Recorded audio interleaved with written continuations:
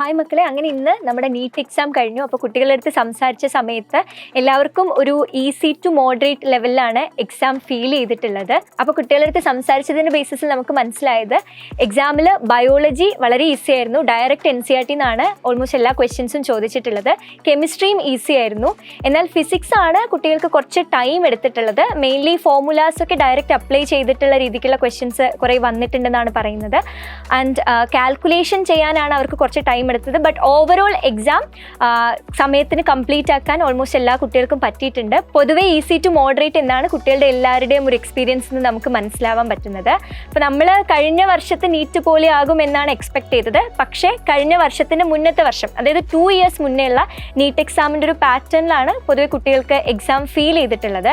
അതുകൊണ്ട് തന്നെ നമ്മൾ ഇപ്പോൾ എക്സ്പെക്ട് ചെയ്യുന്ന ഒരു കട്ട് ഓഫ് ചെറിയ വേരിയേഷൻസ് ഉണ്ടാവും. എങ്കിൽ പോലും കുറേ കുട്ടികൾക്ക് ഈസി ആയിട്ട് തോന്നിയത് കൊണ്ട് തന്നെ ഒരു ജനറൽ കാറ്റഗറിയിലുള്ള കുട്ടിക്ക് MBBS കിട്ടാൻ നമ്മളൊരു 660+ ആണ് നമ്മൾ എക്സ്പെക്റ്റഡ് കട്ട് ഓഫ് ആയിട്ട് കരുതുന്നത്. ഒരു ±10 വേരിയേഷൻസ് ഒക്കെ ഉണ്ടാവും.